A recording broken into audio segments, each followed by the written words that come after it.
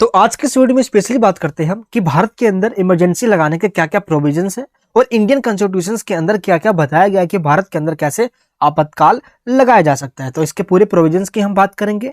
तो 3 टाइप्स के हमारे पास दोस्तों प्रोविजंस हैं, हम उस पर हम डिस्कस डीपली करेंगे।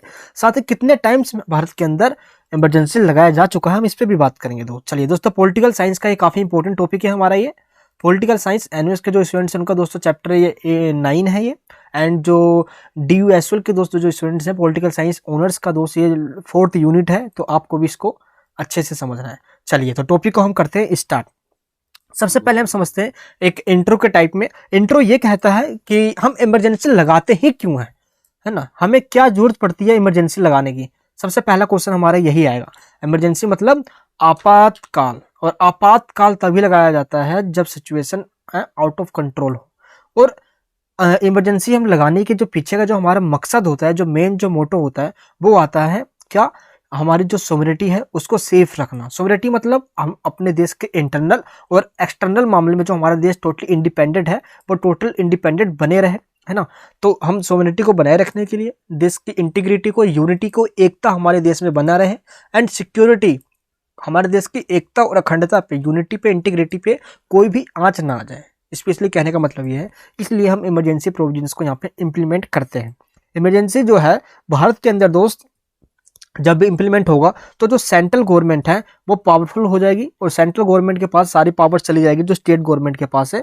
आप कह सकते हो कि हमने देखा है कि जब लास्ट यूनिट के अंदर जब हमने पढ़ा था फेडरल सिस्टम, तो फेडरल सिस्टम में क्या होता है कि पावर का डिस्ट्रीब्यूशन होता है, central government, then state government, then local government, ऐसे मतलब कि पावर डिस्ट्रीब्यूशन है। भारत एक फेडरल कंट्री है। लेकिन जब हम इमरजेंसी को डिक्लेयर करते हैं, प्रोक्लेमेशन करते हैं, तो उस जगह पे क्या होता है कि यूनिटरी सिस्टम आ जाता है। और इसके प्रोक्लेमेशन के बाद क्या होता है, जैसे ही हम इमरजेंसी को डिक्लेयर करते हैं उस समय देश हमारा फेडरल स्ट्रक्चर से चेंज होकर किसमें, यूनिटरी सिस्टम में चेंज हो जाता है। यानी कि अब भारत डिसेंट्रलाइजेशन ना होकर सेंट्रलाइजेशन, यानी कि सारी पावर सब सेंट्रल गवर्नमेंट के पास आ जाती है। तो पावर सारी किसके पास आ जाती है, सेंट्रल गवर्नमेंट के पास।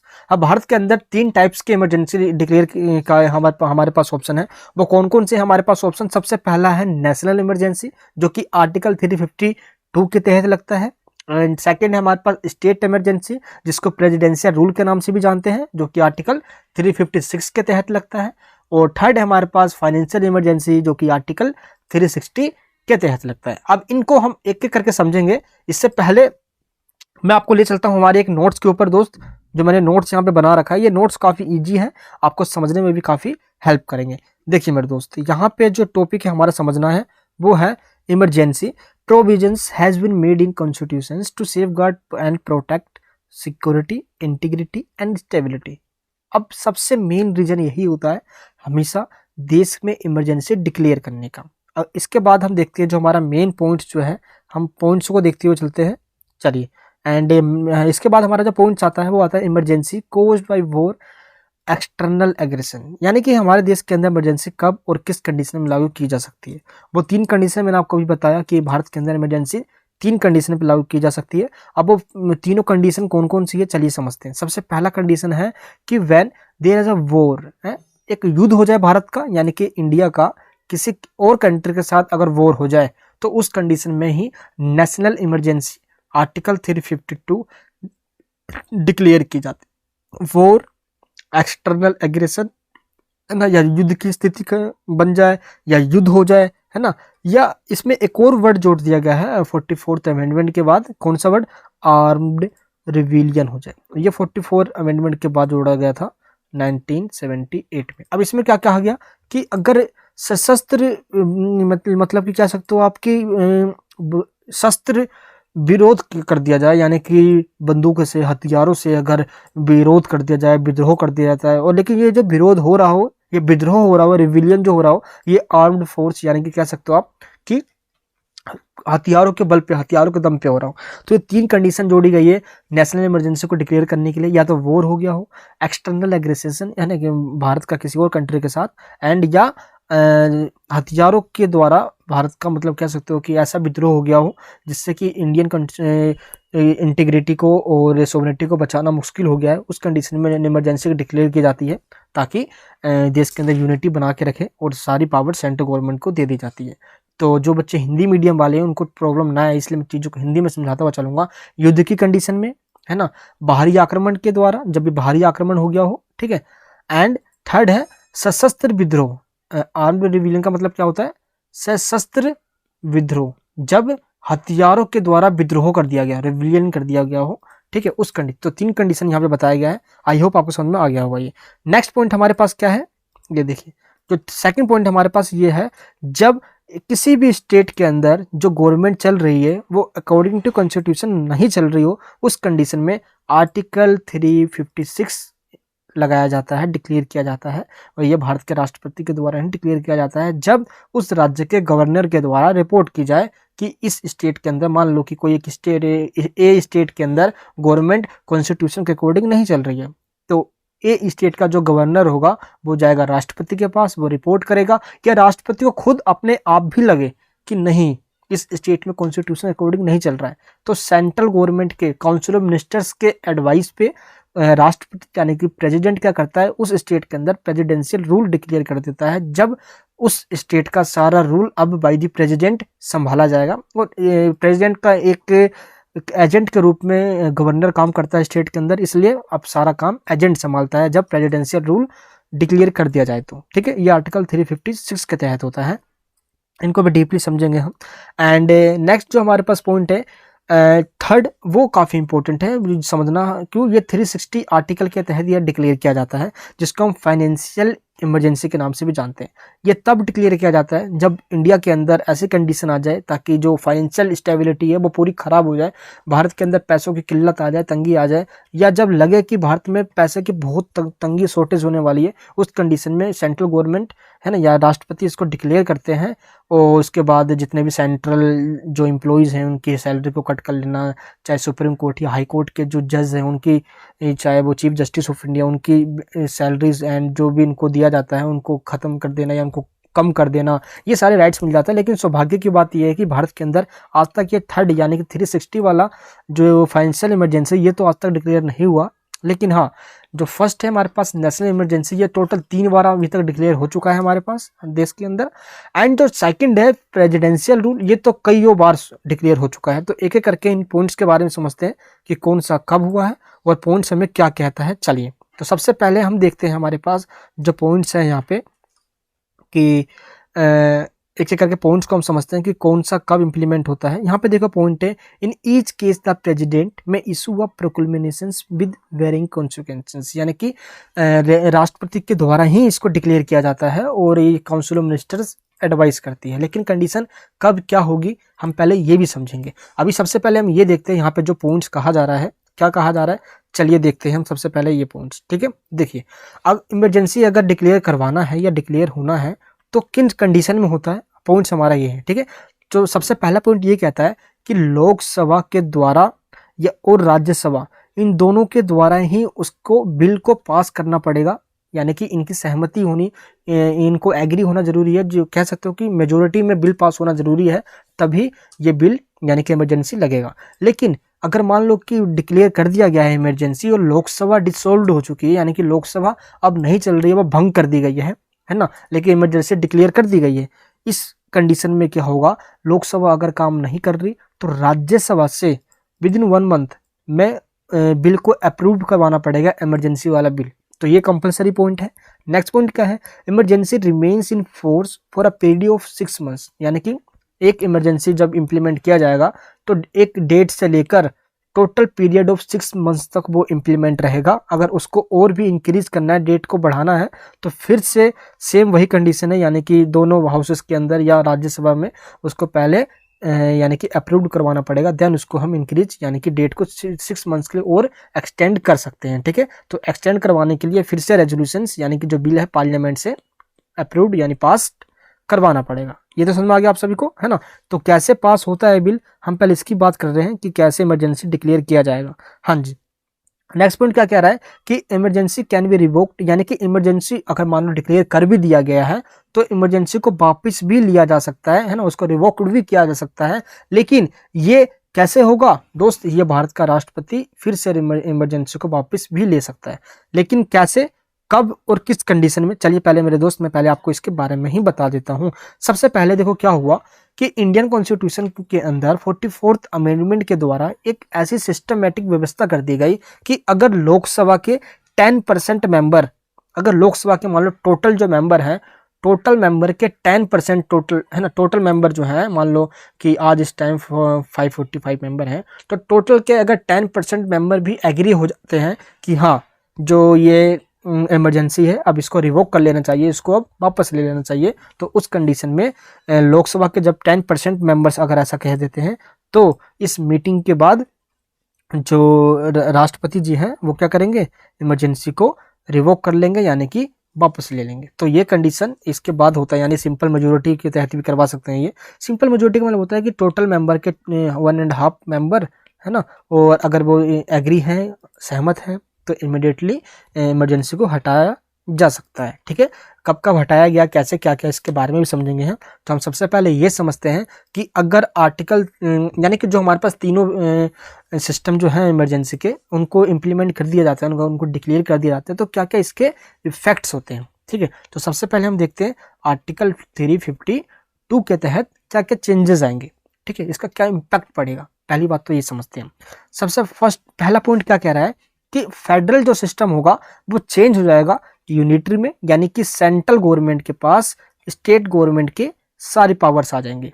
ठीक है, सेंट्रल गवर्नमेंट स्टेट गवर्नमेंट्स को अब एडवाइस दे सकता है कि ये करना है, यानी कि सेंट्रल गवर्नमेंट ही अब करता धरता बन जाएगा, सब कुछ सेंट्रल गवर्नमेंट के पास आ जाएगा, सारी पावर्स। ठीक है, नेक्स्ट पॉइंट क्या कहता है कि जो प्रेसिडेंट है वो डायरेक्शंस दे सकते हैं स्टेट्स को, और प्रेसिडेंट हमें पता है कि संविधान का आर्टिकल 74 ये कहता है कि प्रेसिडेंट वही काम करेगा जो council of minister, that means PM, Bharat के प्रधानमंत्री कहेंगे, सजेशन पे काम करेगा।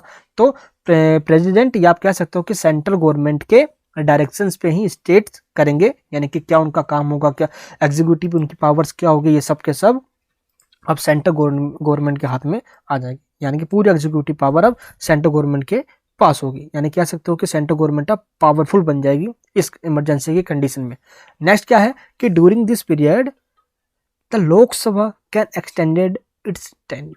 ये सबसे बड़ी बात है जो कि इंदिरा गांधी जी ने भी इसको कर दिया था, यानी कि जो लोकसभा है जैसे कि इस टाइम क्या होता है कि 5 ईयर्स के लिए होते हैं लोकसभा, अगर इमरजेंसी इंप्लीमेंट किया कर दिया गया, डिक्लेयर हो चुका है वो, तो इसके प्रोक्लेमेशंस के बाद इमरजेंसी के दौरान है ना क्या हो सकता है, लोकसभा के टेन्यूर को 1 साल के लिए बढ़ाया जा सकता है। मान लो कि 5 साल का है तो उसको 6 साल किया जा सकता है। दोस्तों इंदिरा गांधी ने आर्टिकल 352 लगाया था, तो उस टाइम भी इंदिरा गांधी जी ने 5 साल को बढ़ाकर 6 साल कर दिया था, तो लोकसभा का टेन्यूर 6 साल का हो गया था उस दौरान, जब 25 जून 1975 को इंदिरा गांधी ने दोस्तों डिक्लेयर कर दिया था इमरजेंसी। अब इसके बारे में मैं आपको समझाऊंगा क्या हुआ था उस दिन, क्या हुआ दोस्तों, एक अलग ही कहानी है क्योंकि एक मिसयूज किया गया था इसका, स्पेशली मैं बताऊं तो। हाँ जी, चलिए तो और पॉइंट्स देखते हैं हम, और पॉइंट्स क्या कह रहे हैं। हाँ जी, नेक्स्ट पॉइंट क्या कह रहा है, हाँ तो नेक्स्ट पॉइंट में हमारा ये समझना है हमें कि जो इसका टेन्यूर है उसको बढ़ाया जा सकता है 6 महीने के लिए, 1 साल के लिए उसको बढ़ाया जा सकता है, लेकिन एंड 6 मंथ्स के अगर मान लो कि उसको बढ़ा दिया गया है टेन्यूर को, तो जो स्टेट असेंबली है उसको भी बढ़ाया जा सकता है, ये कहा जा रहा है, और ये सेम मैनर है सेंटर और स्टेट दोनों में ही। ठीक है, नेक्स्ट पॉइंट क्या कह रहे हैं हमारे पास, नेक्स्ट पॉइंट है जो प्रेसिडेंट है वो empower to modify the provisions regarding distribution of revenues between the union and states. अब प्रेसिडेंट ही ये उनके पास पावर आ जाएगी, यानी सेंट्रल गवर्नमेंट के पास पावर आ जाएगी कि सेंटर और स्टेट के पास जो रेवेन्यूज है टैक्सेस का वो किस तरीके से डिस्ट्रीब्यूट होना चाहिए, यानी कि सेंट्रल गवर्नमेंट अब डिस्ट्रीब्यूशन जो रेवेन्यू है उसको कम भी कर सकती है। ठीक है, वो अकॉर्डिंग टू सिचुएशन डिपेंड करता है। नेक्स्ट पॉइंट काफ़ी इंपॉर्टेंट है, फंडामेंटल राइट जो है, जैसे ही आर्टिकल 352 डिक्लेयर किया जाता है हमारे फंडामेंटल राइट्स क्या हो जाते हैं, सस्पेंडेड कर दिए जाते हैं जब तक ये इमरजेंसी डिक्लेयर है।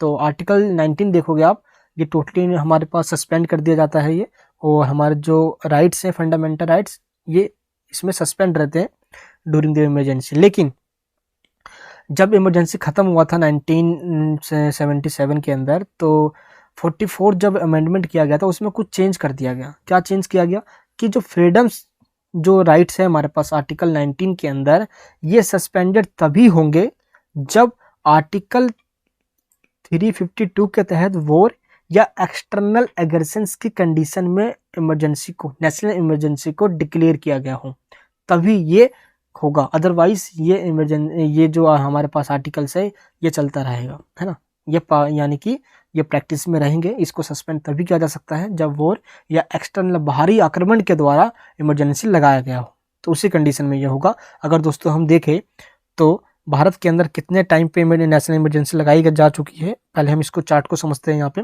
क्योंकि भारत में 3 बार नेशनल इमरजेंसी लगाई जा चुका है। ठीक है, कब कब लगाया गया है, चलिए आपको मैं एक बार इस चार्ट से समझाता हूँ। हाँ जी, तो सबसे फर्स्ट कंडीशन, सबसे पहली जो कंडीशन है वो है इंडो चाइना वार, यानी कि इंडिया और चाइना के बीच में जो वॉर हुआ था। डेट मीन्स 26 अक्टूबर को दोस्तों चाइना ने भारत के नॉर्थ ईस्ट स्टेट के ऊपर अटैक कर दिया था। तब जाके 26 अक्टूबर 1962 को इस युद्ध के दौरान ही भारत के अंदर नेशनल इमरजेंसी आर्टिकल 352 के तहत ही इम्प्लीमेंट यानी डिक्लेयर कर दिया गया था। और इस नेशनल इमरजेंसी को 10 जनवरी 1968 तक चलाया गया। अब आप पूछोगे आपकी ऐसा क्यों, क्योंकि वॉर तो 1962 में हुआ, अब 1968 में ही क्यों इसको खत्म किया गया। मेरे दोस्तों हुआ ये कि बीच में ही 1965 में इंडो पाक वॉर हो गया, है ना, जम्मू कश्मीर के मुद्दे को लेकर, इश्यूज को लेकर इंडिया के साथ फिर पाकिस्तान का ही वॉर हुआ। तो उस बीच में इसी को, यानी कि जो इस समय जो 1962 में लगाया गया था उसको कंटिन्यू किया गया। और 1968 में जाके जब कंडीशन खत्म हुई, सही सबसे सही हो पाया, देन उसके बाद ही इस इमरजेंसी को खत्म किया गया जो 1962 में लगाया गया था। कब, 26 अक्टूबर को। ये खत्म कब हुआ, 10 जनवरी 1968 को। नेक्स्ट जो सेकंड टाइम लगाया गया वो था तब जब 3 दिसंबर 1971 को इंडो पाक वॉर हुआ। सेकंड इंडो पाक वॉर कहा जाता है ये। इस वॉर के अंदर पता है हमें बांग्लादेश के लिए ये हुआ और इसमें अलग देश भी बना, इसमें काफ़ी कंट्रीब्यूशन रहा हमारा।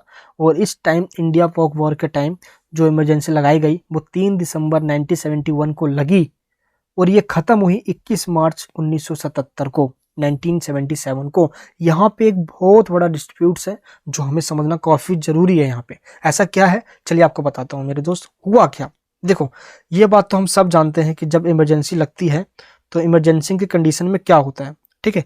लेकिन यहाँ पे अभी आपको ये पता होना चाहिए कि जब इंदिरा गांधी जी ने इमरजेंसी लगाया तो उस कंडीशन में इंदिरा गांधी जी ने क्या कर दिया और क्या किया ऐसा कि मतलब कि पूरा भूचाल सा आ गया था जब इंदिरा गांधी जी ने दोस्तों इमरजेंसी लगाया था। ठीक है, चलिए तो एक बार मैं आपको पहले समझाता हूँ यहाँ पे एक एक पॉइंट्स करके, ताकि चीज़ें आप अच्छे से समझ पाओ। और इंदिरा गांधी जी ने जब लगाया था तो उस टाइम ऐसा क्या हुआ था। ठीक है, चलिए मैं एक अच्छा सा बैकग्राउंड लेता हूँ और बैकग्राउंड लेने के बाद आपको समझाता हूँ।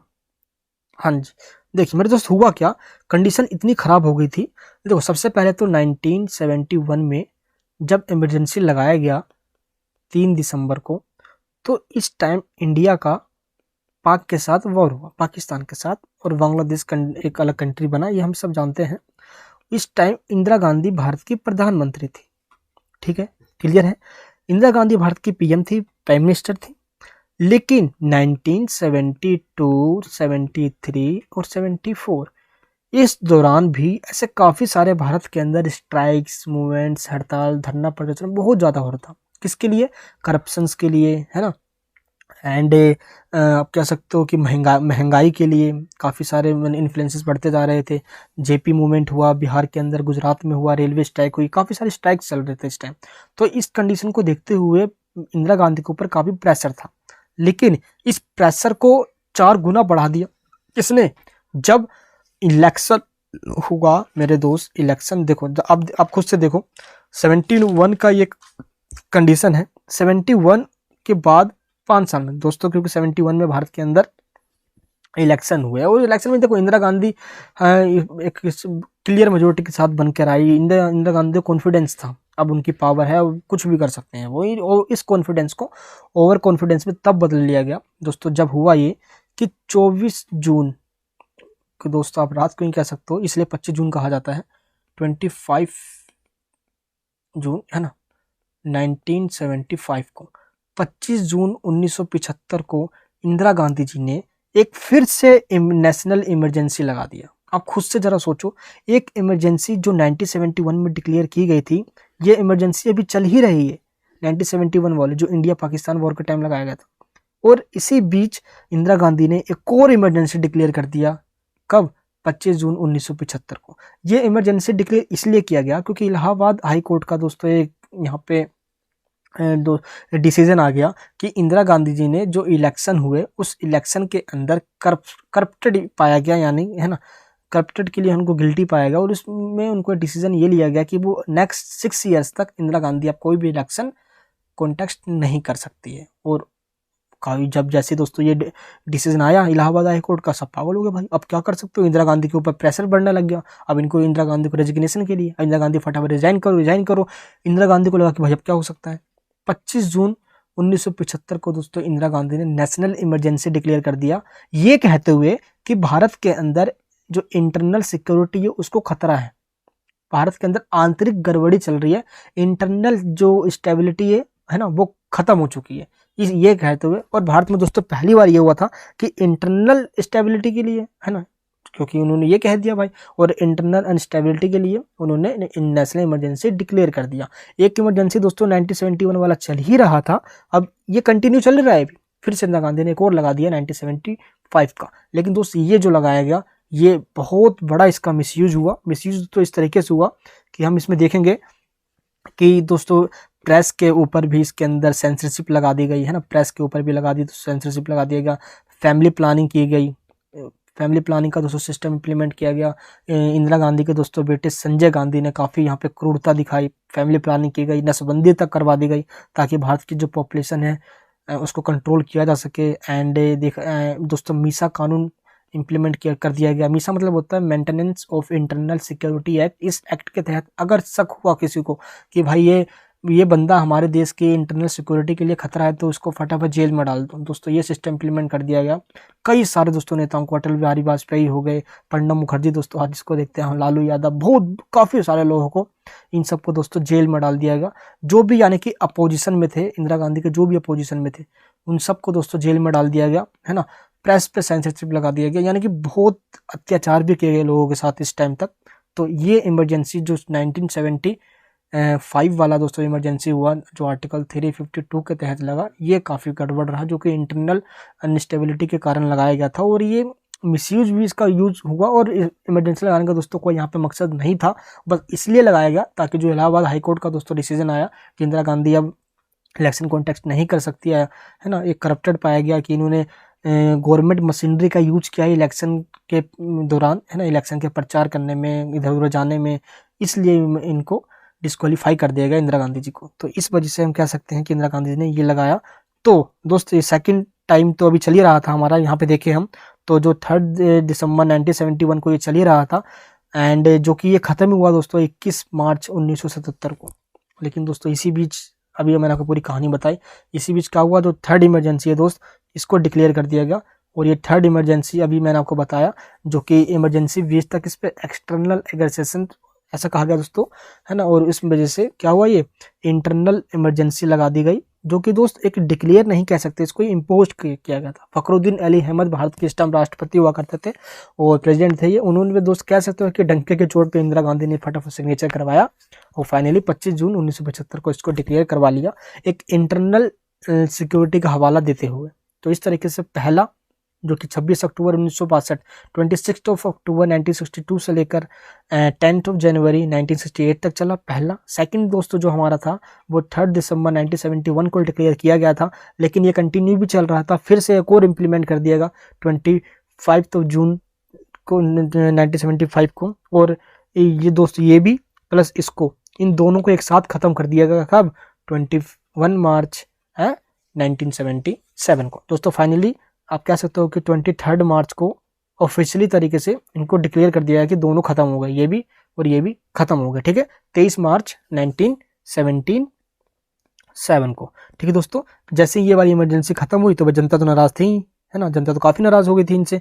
और दोस्तों जनता की नाराज़गी तो पता है आपको क्या होगा, दोस्तों जनता नाराज़ थी। और उस टाइम जब 1977 में जब इलेक्शन हुए तो जनता पार्टी की सरकार के मोरारजी देसाई जीत गए और मोरारजी देसाई भारत के पीएम बने। और इस तरह के दोस्तों भारत के पीएम मोरारजी देसाई बने। उन्होंने दोस्त उन सभी इम्प्लीमेंटेशन को जो इंदिरा गांधी ने किया था उन सबको दोस्तों ख़त्म कर दिया, जैसे कुछ तो छोड़ दिया, जैसे कि 1976 में जो 42 जो अमेंडमेंट था उसके तहत सोशलिज्म, सेक्युलरिज्म यानी कि हिंदी में इसको पंथ निरपेक्ष कहा जाता है ना। एंड अखंडता एक यूनिटरी वर्ड अलग से भारत के जो प्रियम्बल है उसके अंदर जोड़ा गया था, तो इसको छोड़ा गया है ना। एंड जो टेन्यूर को, लोकसभा के जो टेन्यूर को बढ़ाया गया था, 6 साल कर दिया गया था उसको भी, है ना। एंड कोई चुनौती नहीं दी जा सकती पीएम के बारे में या प्रेसिडेंट एंड सुप्रीम कोर्ट के जज, है ना। इनके इलेक्शन को ये फेयर में हुआ है या नहीं हुआ है, कोई गड़बड़ी हुई है नहीं हुई है, इसको चुनौती नहीं दी जा सकती, है ना। इसको चैलेंज नहीं किया जा सकता कोर्ट के अंदर। ये भी इम्प्लीमेंट कर दिया था इंदिरा गांधी ने, जिसको मोरारजी देसाई ने खत्म किया। तो काफ़ी चीज़ें जो इंदिरा गांधी ने किया था उसको आर्टिकल 44 अमेंडमेंट के द्वारा उसको ठीक किया गया। और एक और सिस्टम कर दिया गया दोस्तों इसके अंदर कि अब जब भी देश के अंदर नेशनल इमरजेंसी लगाना है तो उसके लिए रिटर्न के दोस्तों सिस्टम कर दिया। रिटर्न में देना होगा काउंसिल ऑफ मिनिस्टर को। अभी दोस्तों क्या था कि अगर इमरजेंसी लगाना है तो भाई एक होता है कि पूरी काउंसिल ऑफ मिनिस्टर पहले बोले, लेकिन खुद इंदिरा गांधी नहीं गए। इंदिरा गांधी गई दोस्तों, रात के लगभग 11:45 हो रहा था, 11:45 हो रहा था, और फखरुद्दीन अहमद को बोला कि भाई जल्दी साइन कर दो, लग गया नेशनल इमरजेंसी सिर्फ बोलने से ही दोस्त। और अभी तक प्रोविजन ये था कि काउंसिल ऑफ मिनिस्टर को सभी जितने मिनिस्टर्स हैं, है ना दोस्त, लगभग 75-78 के आसपास में मेंबर्स होते हैं मिनिस्टर्स में, उन सभी मिनिस्टर्स को ही एग्री होना होता है। लेकिन इंदिरा गांधी खुद जाके बोल दी। और उसके बाद 44 जो अमेंडमेंट हुआ उसमें ये साफ कह दिया गया कि अब काउंसिल ऑफ मिनिस्टर को लिखित रिटर्न में देना होगा, रिटर्न में, है ना दोस्त। बिना रिटर्न के इमरजेंसी डिक्लेयर होगा ही नहीं, तो अब रिटर्न का सिस्टम कर दिया गया दोस्त। इस तरीके से ये 3 इमरजेंसी मैंने आपको यहाँ पे समझाया, जो 3 इमरजेंसी यहाँ पे इम्प्लीमेंट की गई थी, ठीक है। यहाँ पे दोस्तों अब हम देखते हैं अपना second emergency due to failure of constitutional machinery in a state. अब ये जो हमारी इमरजेंसी है ये कुछ दोस्त अलग कंडीशन की है। इसमें क्या होता है, इसको हम प्रेसिडेंशियल रूल के नाम से भी जानते हैं। इसके अंदर जब मान लो किसी भी स्टेट के अंदर जो गवर्नमेंट है वो अकॉर्डिंग टू कॉन्स्टिट्यूशन काम नहीं कर रही है या कॉन्स्टिट्यूशनल के अकॉर्डिंग काम नहीं चल रहा है ना, कॉन्स्टिट्यूशन के अकॉर्डिंग, तो उस स्टेट के अंदर उस स्टेट की गवर्नमेंट को हटा दिया जाता है, डिसॉल्व कर दिया जाता है, भंग कर दी जाती है। देन उसके बाद प्रेसिडेंशियल रूल डिक्लेयर कर दिया जाता है। तो under the article 356 the president may issue a proclamations to impose emergency in a state if he, यानी कि जब राष्ट्रपति को ऐसा लगता है या वो सेटिस्फाइड हो कि जो रिपोर्ट दिया है गवर्नर ने, उस स्टेट के गवर्नर को रिपोर्ट देना होता है।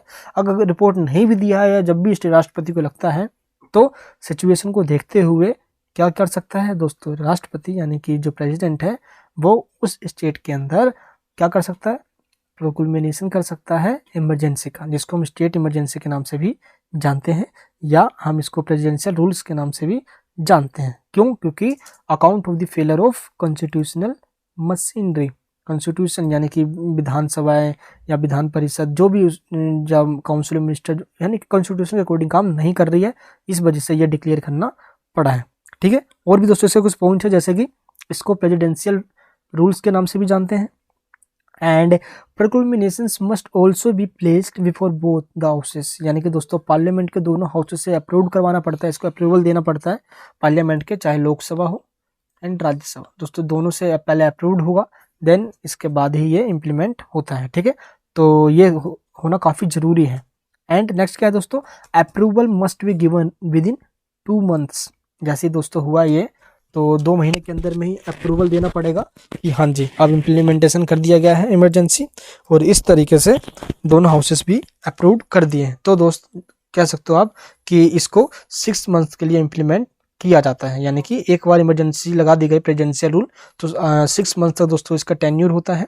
हाँ 6 मंथ्स के बाद दोस्तों अगर इसको बढ़ाते हैं तो ये 2 कंडीशन में ही बढ़ती है, वरना 6 मंथ दोस्तों लास्ट है, इससे ज़्यादा नहीं बढ़ाते, ठीक है। अगर इससे ज़्यादा अगर 6 मंथ से फिर बढ़ाना है ना, ये एक फर्स्ट टाइम के लिए हमने 6 मंथ बढ़ा दिया प्रेसिडेंशियल रूल, अगर सेकंड टाइम में इसको फिर से बढ़ाना होगा तो ये 2 कंडीशन में ही बढ़ेगी, है ना। इसको एक्सटेंड हम 2 कंडीशन में ही कर सकते हैं। पहला कंडीशन होगा जब देश के अंदर पहले से ही नेशनल इमरजेंसी चल रही हो, ठीक है, यानी कि आर्टिकल 352 के तहत नेशनल इमरजेंसी राष्ट्रीय आपातकाल घोषित कर दिया गया हो। सेकंड पॉइंट क्या है कि इलेक्शन कमीशन ने ये कह दिया हो कि उस स्टेट के अंदर इलेक्शन करवाना इस टाइम ठीक नहीं है, या स्टेट का जो इलेक्शन कमीशन है या इलेक्शन कमीशन है वो इलेक्शन नहीं करवा सकती है ना, वो इस कंडीशन में अभी कंडीशन आउट ऑफ कंट्रोल है, अभी इलेक्शन नहीं करवाया जा सकता। तो दोस्त उस कंडीशन में भी ये क्या होता है, इसको 6 मंथ के पीरियड के लिए और भी आगे बढ़ाया जा सकता है। तो 6-6 महीने करके इसको बढ़ाया जा सकता है। नेक्स्ट पॉइंट क्या कहता है, तो सबसे पहले 1951 के अंदर स्टेट जो इमरजेंसी यानी जो प्रेसिडेंशियल रूल है दोस्त, इसको इम्पोज किया गया था पंजाब के अंदर दोस्त, ये ध्यान रखना है। उसके बाद 1957 में, उसके बाद 1957 के अंदर कहाँ पे दोस्तों, केरला के अंदर डिक्लेयर किया गया था। तो ऐसे ही कर करके दोस्तों ये इमरजेंसी डिक्लेयर की जाती है ना दोस्तों। अभी हमने ये समझ लिया कि आर्टिकल 352 और आर्टिकल हमारा जो है आर्टिकल 356, इन दोनों के तहत दोस्तों कैसे डिक्लेयर किया जाता है। और जब दोस्तों ये डिक्लेयर कर दिया जाता है तो जितने भी पावर्स हैं स्टेट गवर्नमेंट की, वो सभी काम अब स्टेट का गवर्नर करेगा, है ना। किसके अंडर गाइडेंस में, प्रेसिडेंट के, ठीक है। और प्रेसिडेंट को इनडायरेक्टली दोस्तों कौन एडवाइस दे रहा होता है, सेंट्रल गवर्नमेंट। सेंट्रल गवर्नमेंट में कौन होते हैं, council of minister. Council of minister मतलब पीएम के कैबिनेट मिनिस्टर, है ना, कैबिनेट मिनिस्टर एंड जितने भी उसके स्टेट मिनिस्टर हैं या सब मिनिस्टर, जो भी जितने मिनिस्टर हैं उन सबको मिलाकर दोस्तों काउंसिल मिनिस्टर बनती है, ठीक है। आगे आने वाले चैप्टर्स में डीपली पढ़ाने वाला हूं उन सब के बारे में, ठीक है। तो इस तरीके से एक पूरा चयन होता है, ये हमें ध्यान रखना है। नेक्स्ट पॉइंट हमारे पास आता है आर्टिकल 360। आर्टिकल 360 दोस्तों क्या कहता है कि जब दोस्तों एक देश के अंदर, अब दोस्त मान लो कि हमारे देश के अंदर बहुत पैसे की किल्लत आ जाए, है ना, लगे कि भाई पैसे की शॉर्टेज आ गई है, बहुत दिक्कत है पैसे की, तो हाई तोबा मच गया। जैसे कि अभी देखो वेनेजुएला के अंदर, जो श्रीलंका के अंदर भी हालत खराब हो चुकी है ना। तो कईयों के अंदर जैसे माफ करना भाई, जैसे मान लो तो कोई कंट्री है भाई और उस कंट्री के अंदर दिवालिया होने की हालत पे आ गया है, बैंक पूरा मतलब कि दिवालिया हो चुका है, पैसे की फाइनेंशियल इमरजेंसी आ चुकी है। तो उस कंडीशन में इंडिया के अंदर क्या होता है कि आर्टिकल 360 के तहत फाइनेंशियल इमरजेंसी लगती है। भारत में दोस्तों सौभाग्य की बात यह है कि आज तक फाइनेंशियल इमरजेंसी नहीं लगा है, 3 टाइम्स नेशनल इमरजेंसी लगी है, और दोस्तों लगभग 100 से भी ज़्यादा टाइम आर्टिकल 356 के तहत स्टेट इमरजेंसी यानी प्रेजेंट रूल लगा है। लेकिन आर्टिकल 360 के तहत नहीं लगा, क्योंकि जब ये इंप्लीमेंट होगा, डिक्लेयर किया जाएगा, ये जो इसका भी सेम प्रोविजन है, जैसे इन दोनों को लागू किया जाता है वैसे इसको भी लागू किया जाता है। बस इसमें दोस्तों ये है कि जब इसको इम्प्लीमेंट किया जाएगा तो जितने भी गवर्नमेंट एम्प्लॉयज़ हैं, चाहे वो जज हो, सुप्रीम कोर्ट का जज हो या दोस्तों हाई कोर्ट का जज हो, इन सब की दोस्तों सैलरीज को कम कर दिया जाता है या ख़त्म ही कर दिया जाता है, समझ लो, है ना। वो तो अकॉर्डिंग टू सिचुएशन डिपेंड करता है। तो दोस्त इस तरीके से हमारे पास जो पॉइंट्स थे इमरजेंसी के, वो यहाँ पे ख़त्म होते हैं। नेशनल इमरजेंसी, स्टेट इमरजेंसी और फाइनेंशियल इमरजेंसी। दोस्त इस चैप्टर के नोट्स मैंने आपको दिए हैं, आप उससे थोड़ा सा रीड कीजिए, ये टॉपिक हमारा खत्म हो जाएगा। लिंक नीचे वीडियो के डिस्क्रिप्शन बॉक्स के अंदर है। फिर भी दोस्तों आपको कोई डाउट लगता है तो नीचे मुझे आप कमेंट बॉक्स में बताना। दोस्तों हमारा टॉपिक यहाँ पे खत्म हो गया है। अगर दोस्तों आप चैनल पर नए तो प्लीज़ सब्सक्राइब कर लेना, ऐसे ही वीडियोस इस चैनल के ऊपर आते रहती है। तो प्लीज़ चैनल को सब्सक्राइब करके वीडियो को लाइक कीजिए, इस वीडियो को सभी जगह शेयर कीजिए। और दोस्त ये आपको वीडियो कैसे लगी नीचे मुझे कमेंट बॉक्स में बताइए। चलिए दोस्तों मिलूंगा आपसे नेक्स्ट वीडियो के अंदर। जय हिंद,